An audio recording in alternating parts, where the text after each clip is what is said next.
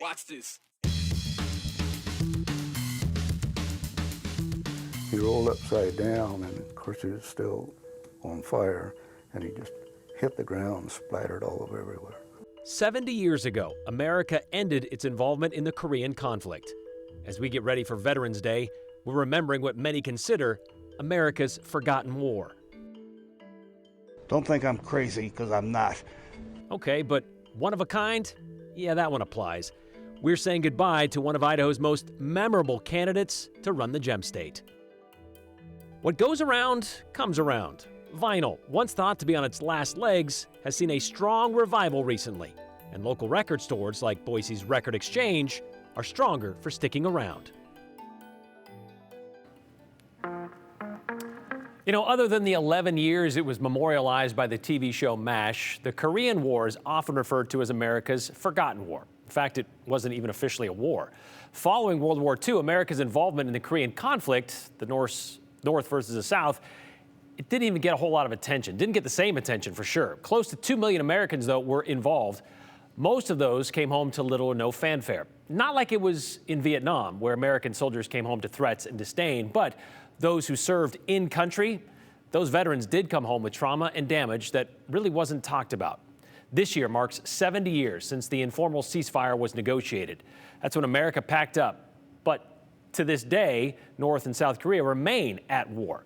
To help understand it a little bit better and to remember what seems to have been forgotten, Joe Paris spoke with a Boise State expert on the Korean conflict. I think part of the big issue with terminology is we'd just come out of World War II, right? And no one wanted to go to war again. Most people didn't know where Korea was, and they didn't want to send their sons and daughters to this place that they'd never heard of before. And so the police action or military action was the terminology used by President Truman at the time. And it was, in fact, though, a very clear war. It was tragic, it was brutal, it was devastating. So I think it's very fair to now at least call it a war. Dr. Lisa Brady is a history professor at Boise State. She specializes in studying the Korean War.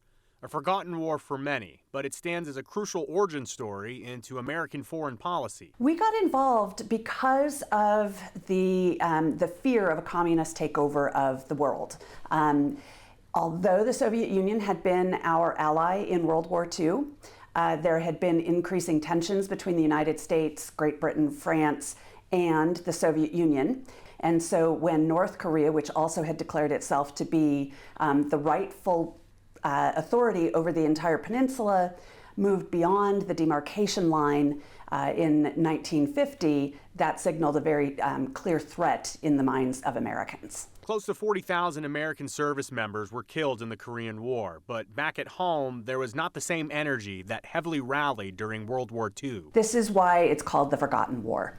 Many people at the time didn't understand the conflict. Many of the soldier recollections in archives across the nation, the soldiers themselves and Marines and sailors and airmen, they came back and they said, nobody even really noticed, right? There were no parades, there were no confrontations. It was just they were expected to just move right back into civilian society without a whole lot of support, to be honest. Hearing stories from veterans of the Korean War can be rare these days for a collection of reasons. Idaho's Warhawk Air Museum in Nampa has worked to record oral histories with the men who served, snippets into history lived. He rolled upside down, and of course he was still on fire, and he just hit the ground and splattered all over everywhere. And I was so, I guess shaken is not the word. I was just, I lost all my, the rest of the flight. In the mountains, it was really cold. They said it was 15 below the first night, 30 below the second night, and went to 40 below. Whether it did or not, I know it was cold. Did you know I learned something? My body, most of our bodies, you'll get acclimated to the weather in about a month. When you realize you're not in mom's kitchen, when you realize this is the way it is, you better make the best of it. And my guys were very good at doing that. That time of life for me was probably the best in gaining the knowledge of other people and how we associate with other people. Entire life lesson. In my own personal family, my uncle fought in Korea. I didn't know he had fought there until my mother told me about 5 or 6 years ago. He never talks about it. It was that traumatic for him. And I think that that is the case for many Korean War veterans. And coming up on this Saturday, KTVB will help present the 2023 Veterans Parade in downtown Boise, the parade route right in front of the state capitol. Parade kicks off at 10 a.m. and the theme this year is honoring the veterans of the Korean War. Again, Brian, it's been 70 years since the essential armistice or the ceasefire, but as we touched on, the war is still very active between North and South Korea. Yeah, and these memories that we talk about, I mean, that's the common thread is veterans of wars don't really like to talk about it, but you can hear them tell their stories at the Warhawk Air Museum, which is pretty cool. It's actually incredible the amount of digital archives they have for not just the Korean War, but Vietnam, World War II, the missions into Afghanistan and Iraq. You can go on, and we'll link this in the story on ktvb.com, but just listening to some of these stories today, Brian, I went probably through a few dozen of them. It's the type of information that, to me at least, you can't just pick up reading out of a book. Hearing these men and women tell their stories in their own words, it's very powerful. And I don't know about you, but when I was going through schooling, they didn't really talk about the Korean War. I think maybe we had 1 or 2 days. So for me, learning about it through these stories, it's been very interesting the last few days. All right, we hope to learn more about it too this weekend for the parade. Thanks, Joe.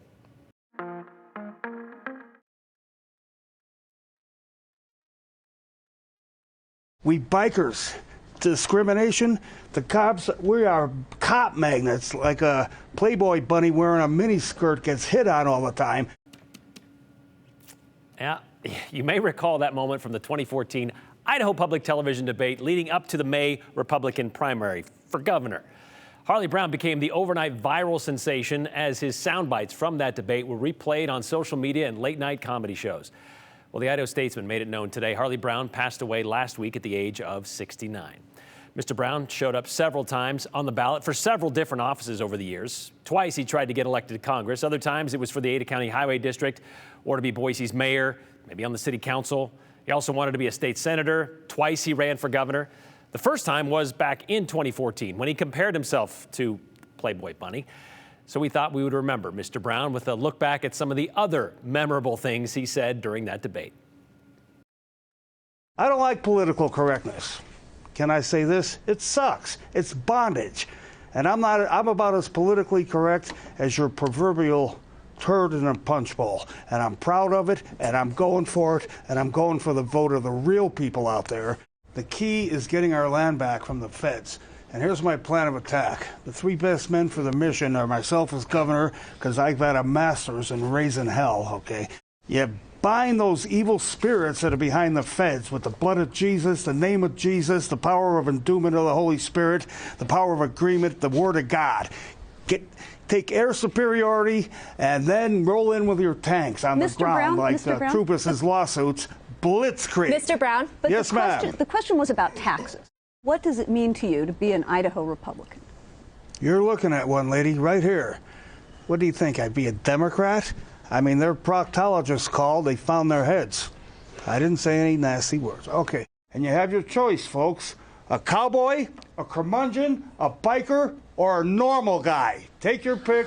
Thank you very much. We're leaving it up to you. They didn't choose the biker, and they didn't choose the normal guy either. They chose the incumbent cowboy. And in his opening statement, Harley explained why he was running for governor of Idaho. He said God told him he would one day be president, and, well, he needed the practice. So, no doubt. Harley, well, he headed into the afterlife last week, a lot like he went into this life. As it says in my motorcycle club, hey diddle diddle right up the middle. That's my style. If there's a better way, I'll take it, but I like going right into it. Downtown Boise has an abundance of small businesses, but few have been in business as long as the Record Exchange, and they've seen some changes with what they sell and what surrounds them. Surround us with some conversation. This is the part of the show where you ask for your contribution to the 208. Text us with comments, with questions, and concerns. 208-321-5614. And don't forget to include your name and the hashtag #the208. And stick around. We'll be sharing some at the end of the show.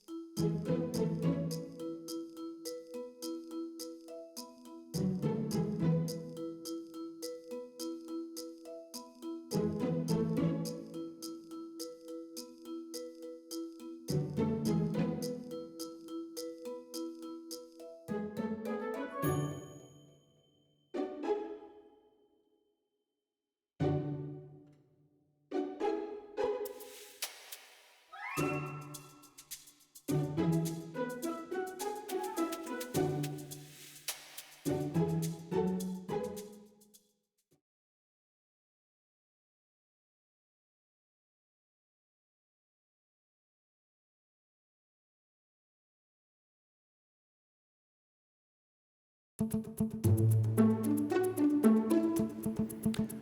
staple in the City of Trees has been spinning for 45 years, like the 45, and it doesn't seem to be slowing down. I mean, there was a time when it was spinning around 33 RPMs, but now they're back up to 78.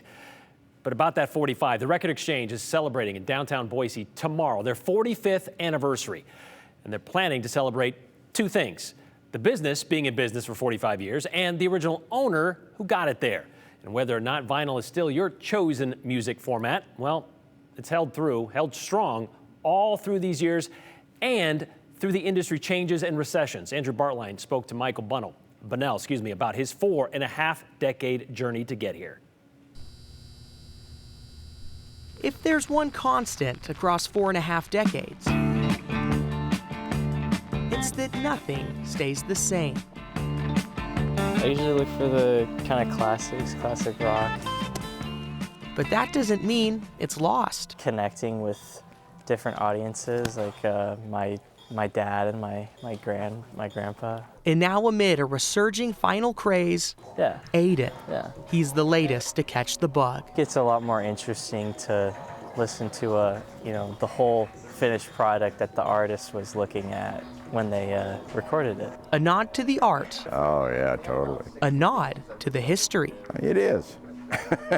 Built by Michael Burnett. I mean, you got to have a passion to, one, be open for 45 years. Two, to have endured, I think we saw 3 recessions, including 2008, and we survived all of that. It was, those were tough times. But Michael wouldn't have it any other way. Gotcha. He opened the store in 1977 with the payout from a workplace injury.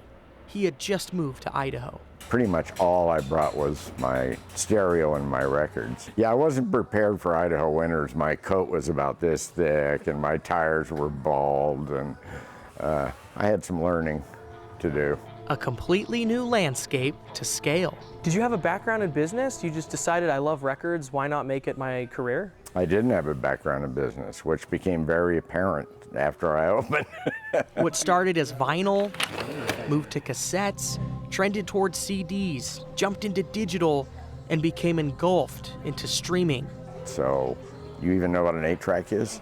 You're gonna have to tell me. Is that what Marty McFly had? It's a portable device for cars before pre-cassette. 45 years, and they've kept up across an ever-changing landscape that seems to keep coming back to the start. We've come full circle. The vinyl LP was the dominant format when we opened, and now it is again, and we're very comfortable with that. Michael's been plenty comfortable these days since hanging it up 2 years ago. We sold to the employees in September 21. There's probably people that have more money that would buy it. Why the employees? Well, I mean, I had good relationships with the employees, and they knew the culture of the store and they wouldn't screw it up. We get a lot of business types standing next to a punk rocker, and in here the politics were washed away, and in here it was about a passion. It was about an art form that we all shared and loved and pursued without distraction. 45 years on the corner. Yeah, we're just stubborn, Now dwarfed by the biggest building in Idaho to be. Makes me kind of break out in a cold sweat. Just another new landscape. But around here, They'll find everything all right? really? That's nothing new. Most of the time I just look for the used kind of side of things, not break the bank all the time. Michael says the moments can blend together after 4.5 decades, or at the very least, so many great moments, it's tough to pick any that really stand out when there's so many up at the top there. He does say that those store shows, keeping people coming back, I should say, for their in-store shows. That's one thing he's very proud of, Brian. As they've expanded, they have their own stage. They've had Built to Spill play there. They're a staple in Boise themselves. Boise band. Yeah, I remember and I pointed out to when I first him. moved here, Smashing Pumpkins played in that place. That's what I wanted to say to him. Yes. I said, there's somebody in our newsroom who keeps talking about a band they saw play there, and I'm shocked that band played in Boise, let alone at the Record Exchange. In the height of their popularity. And he's like, there's so many, man, I couldn't even tell you which one it was. It was you and Smashing Pumpkins. Thanks awesome. for that. Yeah, and believe it or not, my kids, we have 2 record players in our house. They like vinyl, which is crazy. How old are they? Old enough. Yeah, teenagers. It's crazy. That's where it is now. All right, thanks, Andrew. Okay, so what else is going on here in the 208? Well, Boise police are busy. Boise State basketball is about to begin, and Bogus Basin, well, their ski swap is coming up. Here's Hector Mendoza with the 411.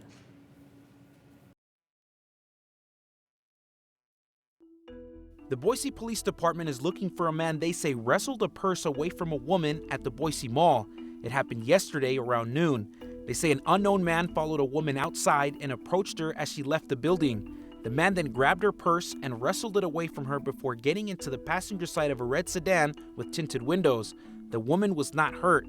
The man is described as tall and white, and if you have any information, you're asked to contact Ada County Dispatch or Crime Stoppers at 208-343-COPS.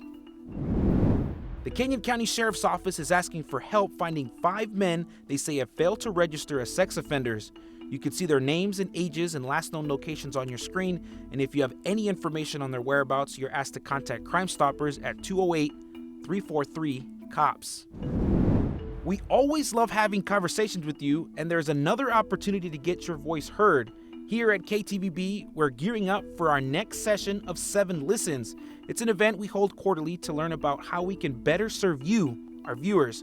Whether you're new to the area or have lived in the Treasure Valley for a long time, we want to know more about you and what you think about local news. You're invited to fill out a brief survey, so just scan the QR code on your screen to fill it out, and we might invite you to a future session of 7 Listens. Something else fun happening at KTVB, we're with the Broncos to broadcast 10 Boise State men's basketball home games free over the air across southern Idaho. At least one game will air on KTVB 7.1 here in the Boise market and KTFT 7.1 in the Twin Falls market. The other games will air on 7.2 channel in both markets, as well as KTVB's digital platforms. All 10 games will be streamed on the Mountain West Network as well. Tip-off times for the games will be 7 p.m. on weeknights and 2 p.m. on weekends. Again, the games will be free over the air and in HD on KTVB+. Just download the app from the App Store, and you can head on over to ktvb.com for more details. Looking forward to ski and snowboard season? Well, we are too. This weekend, you can gear up for a good price at the 72nd Annual Ski Swap. You can start dropping off items this Thursday, and the buying and more selling goes from Friday through Sunday at the Expo Idaho Fairgrounds. And that's the 411 on the 208. I'm Hector Mendoza.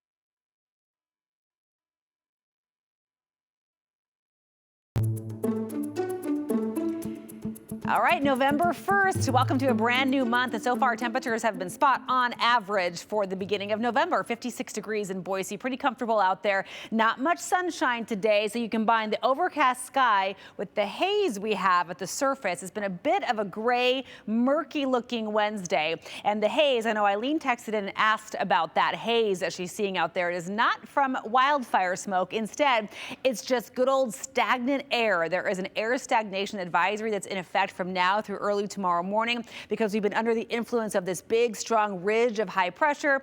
You get sinking air underneath that ridge, and then there's no mixing at the lower levels of the atmosphere, so any pollutants that exist can just kind of get trapped there. That will change tomorrow as we do have a system on the way already pushing precipitation into the Pacific Northwest. A few light showers starting to creep into central and southern Idaho. So your Thursday will start off mostly dry for the Treasure Valley. We will see some showers in the mountains overnight tonight into early tomorrow morning. But then by about 3 to 4 o'clock tomorrow afternoon, we get a pretty persistent rain that sets in. Temperatures will hover in the 50s in the afternoon. The rain will stick around through late evening in the Treasure and Magic Valleys.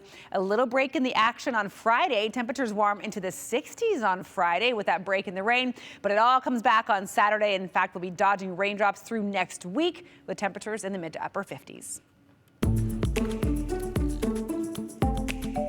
You know, there are thousands and thousands of parking spots across the Treasure Valley. The vast majority of them, though, are clearly marked, so you kind of know where to go, but that doesn't always mean Treasure Valley drivers seem to notice those lines. So we thought we'd share a few of those today, examples of those for whom lines and boundaries don't really seem to apply, or who could have done a better job of using that parking assist feature on their vehicles. Or maybe just open their eyes, like this person who probably couldn't believe their luck in finding a spot right in front of the state capitol. Maybe because that sign right outside your windshield would give you a clue why nobody is parking there. Yeah, no parking. Here's another one. Winco, parking lot in Eagle. Car on the left, clearly over the line and making it virtually impossible for the driver on the right to even get into their car. You'd have to be an octopus to kind of squeeze into that door, if you could even squeeze in to open the door. Not a good job. How about this one? All right, look, I get it. Backing into an angled parking spot on 8th Street in downtown Boise, that can be tough. There's a lot of pressure involved with there because there might be some people behind you, so you get some pressure to perform. They're waiting to pull out or move on while you back in and pull in properly. Okay, so you nailed it keeping it in the lines, but not so much on the curb. Went up on the sidewalk. At some point, you had to feel the curb, right? As you bumped over it. You think that was like kind of locking it in place? I don't know. And apparently the person felt comfortable enough. They just left it there. Just going to leave it right there. That's exactly how I wanted to leave it. So there you go. There's some examples. If you have any examples of parking these out-of-bound oafs, well, share them with us because we'd love to see them.